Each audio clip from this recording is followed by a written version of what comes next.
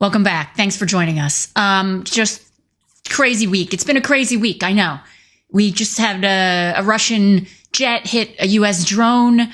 Banks are failing, collapsing. We decided to drill in a natural preserve in Alaska. That's why I choose to focus on a little bit more, I don't know, let's say a little less serious news. Okay. It's about the Gen Zs. And I'm not saying that they're not to be taken seriously. I have a Gen Zer, so I take them very seriously. But here is a breaking news in the New York Post. It says Gen Z drivers say that this certain gesture is a bigger insult than flipping the bird. That's what they say. They say, and the subtitle is, "Sorry, middle finger, you've just been canceled." That's funny. I think that's a cool job, writing copy for the New York Post. That's one of my dream jobs, actually. So New York Post, if you're ever looking for some like snazzy, snarky puns, I'm here for you. Anyway, let's get into it. So basically, Gen Z drivers, they think that the thumbs down is the way to go. That's really going to hit them where it hurts. It's true. This is like across the board. It's been decided. Gen Zers, they don't do this. You know what I'm going to do? They don't do that. They do this. I don't know. I'm a driver. I've been driving for a very long time. I cannot imagine going like that to, like, if somebody cuts you off and you just go, I mean, what is that? Like, ooh, fail. Or like, did it work? No, it didn't work. It's too soft, Gen Z. Gen Z, what's going on? It's too soft. You got to be more hard. Like, you got to hurt them. Gabriel DeLon, maybe only 4'6", yet the 28-year-old social media manager can be an absolute lion in rush hour traffic. But she doesn't display her road rage with her middle finger or by honking the horn. Nope. In recent months, she's been expressing her anger from behind the wheel with the thumbs down. It's much more impactful than giving the middle finger because it's such a major sign of disapproval, she told the Post. It just hits different. I think it's differently. Sorry. I mean, that's her quote. Anyway, see, that to me is more offensive. That to me is more offensive than anything, is correcting someone's grammar. I mean, I am terrible with grammar, but when I read something, I read the typos. And that's not a typo. That was a quote. It hits more different.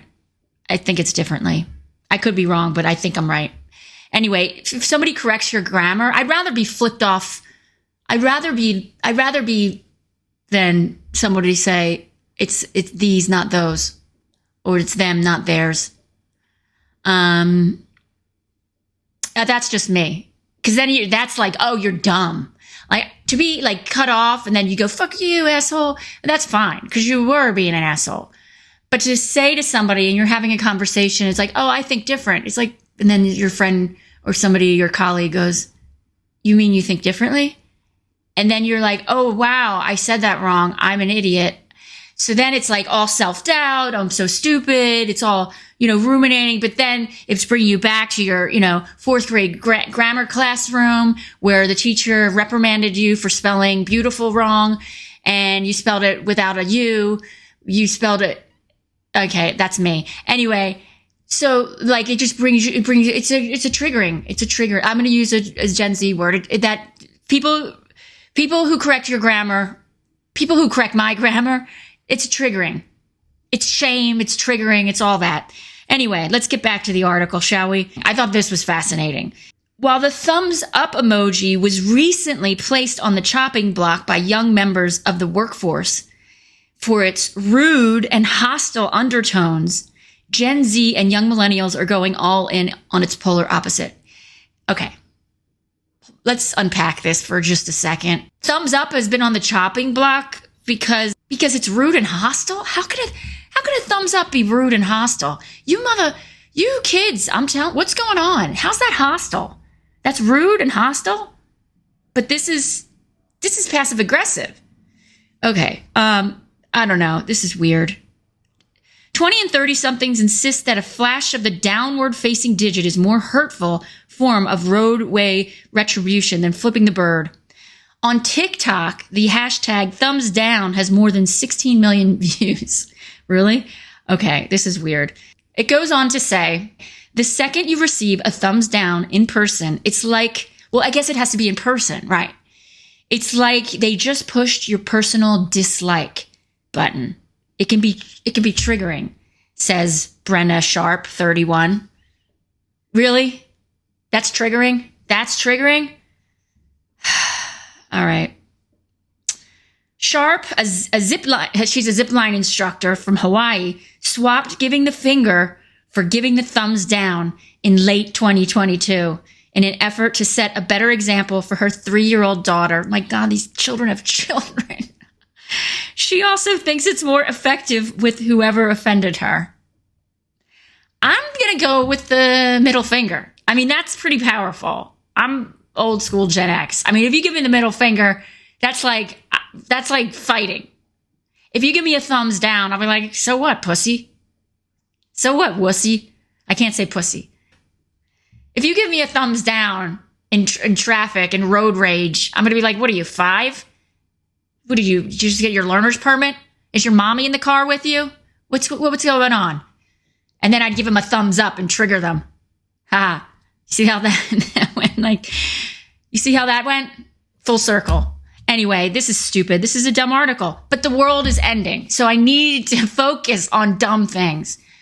It was almost like when the war first started. Do you remember? It was terrible. It was like doom and gloom and just disaster after like speculation of nuclear war.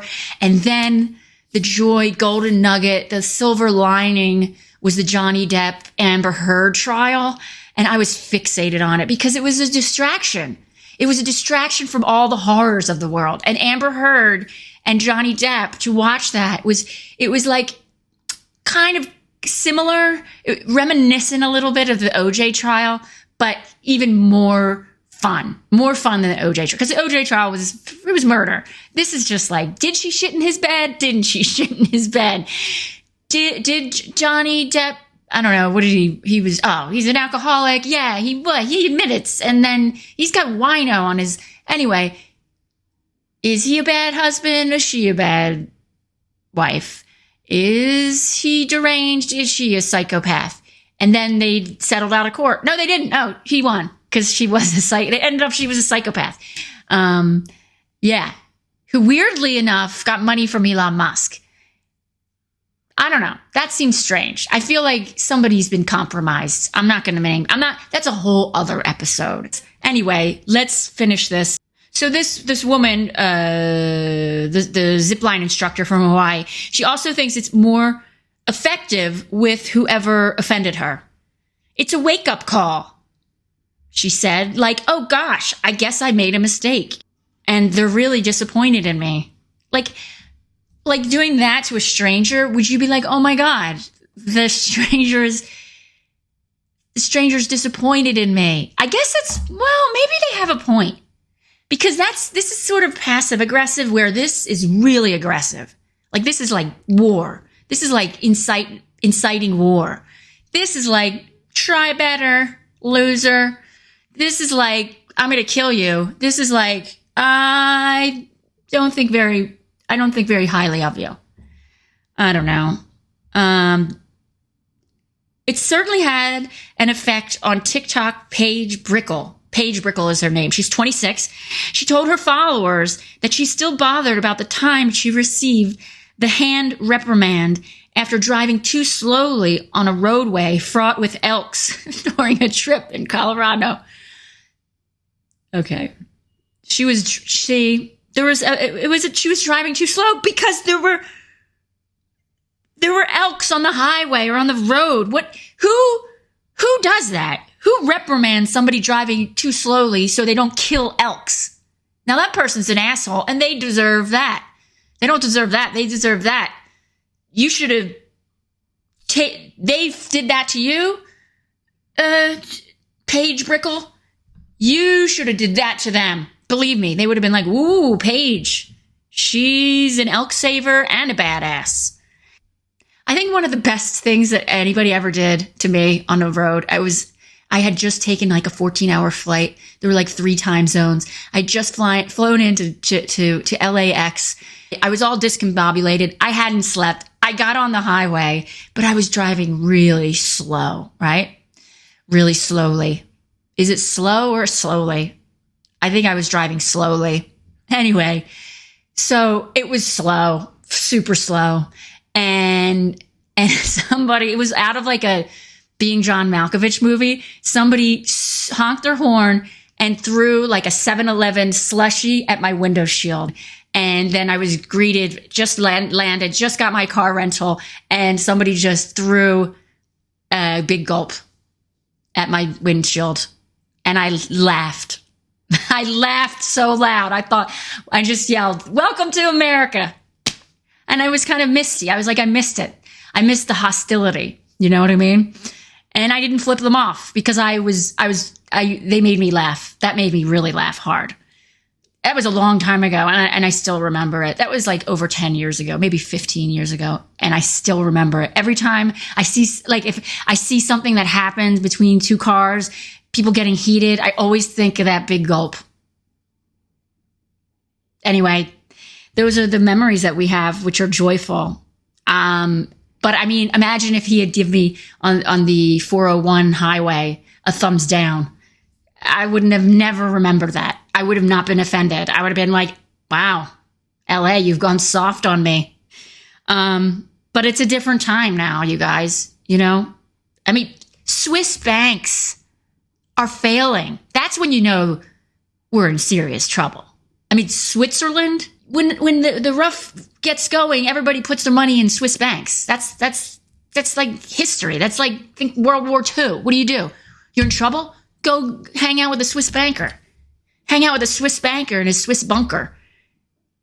Swiss banks, there's one Swiss, I don't know, Swiss Credit Suisse or whatever. Just, it's getting bailed out by the Swiss government. That's some crazy shit right there. I got to look into that. But I told you guys, this is a positive podcast. I'm trying to be more positive. My daughter, I got to talk to her about this thing. I want to finish this article and then I want to get into something else that she wanted me to talk about, but I didn't really think it was timely, but she thought it was funny. And anyway, let me finish this article.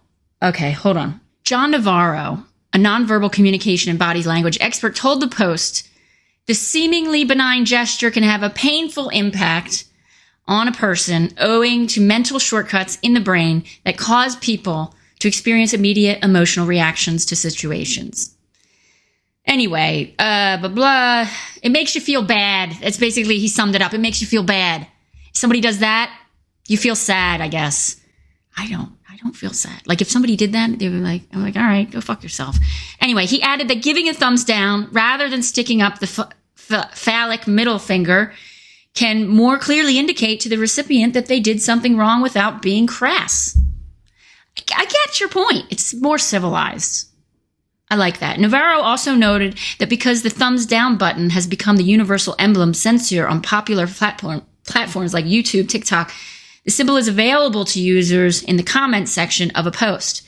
The text messaging apps getting an in-person thumbs down can cause some drivers to feel that they are being rejected by the real world. So I guess the new shame is an emoji. That's funny. So the younger people, they resonate with the emojis. But isn't there a middle finger emoji? I'm sure there is. I'm sure somebody came up with that.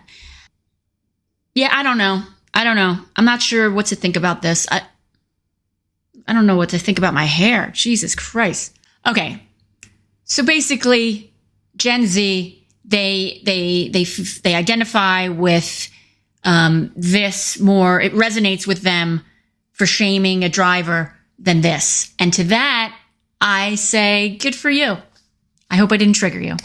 No, but seriously, speaking of identification, this crazy story was brought to my attention by my teenager. Apparently there's a man, this is old news. I think it came out a few months ago, maybe last year, that there's a guy in Japan who paid a lot of money. I'm going to say $20,000 to have this company make a dog suit for him, a Collie, because he identifies as a collie. Yeah, this is where we're at, folks. You know what? Screw it. Here's the thing. Do what you want to do. You know what I mean? Like, the banks are collapsing. We're droning Russia. We're drilling Alaska. Get your freak on. Do you know what I mean? If you want to be a dog, be a dog. And then sadly, this is where I'm going to take it personally. I'm going to take it personally. Okay. I know I just started this podcast. I get it.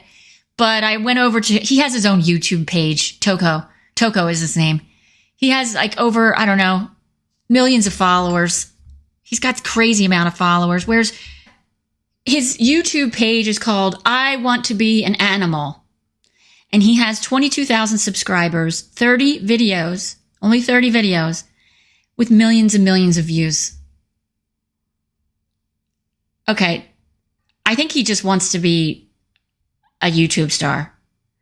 And I guess that's a clever way of doing it. If he says he identifies as a dog, and then basically it shows him like doing tricks, him in the cage, him trying to drink a bottle of Coca-Cola, him trying to write with a pen in his mouth, and him looking out the window, playing with the ball. You got it. All dog stuff, dog tricks, dog things. And it's some sad ass dude in a dog costume. Anyway, just can you like and subscribe my podcast? I'm a human being. I identify as a human being. I if you want me to wear a dog costume, I'll wear a dog costume. I mean, I don't actually have access to a dog costume, but I'll like put I'll get some eyeliner and paint little whiskers. Anyway, it was all the rage on TikTok. My teenage daughter was like, you got to talk about that. That's such a crazy story. But I really have nothing to say about it, unfortunately, except the guy has like 30,000 or 22,000 followers. I have not that many. So could you like and subscribe, please? Do I have to dress up like a goddamn dog? I mean, this guy, it's a dude in a costume who's literally pretending to be a dog. And he got his last, what did he get? He got like 300,000 views. 1 million. Oh, it's his 1.4 million views. It was him taking a walk outside. Let's take a look at that one. Let's take a look at him. Him taking a walk outside. Let's see. Oh, he's taking a walk.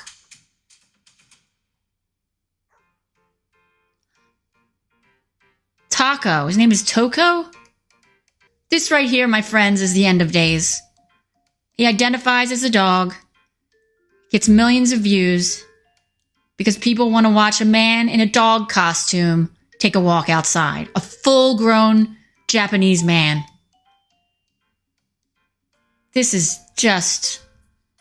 Anyway, I have a show tonight at Flanagan's, 8 o'clock. You can get tickets on my website, jenkirwin.com. I don't know if I'm going to be able to post this in time. I don't know. I have a lot to do. I have to actually walk my own dog. For real. I have a real dog that I have to walk every day because my teenage daughter, she'll talk about dogs. She'll show me dog videos, but she doesn't like to walk the dog. So I have to walk the dog before my show.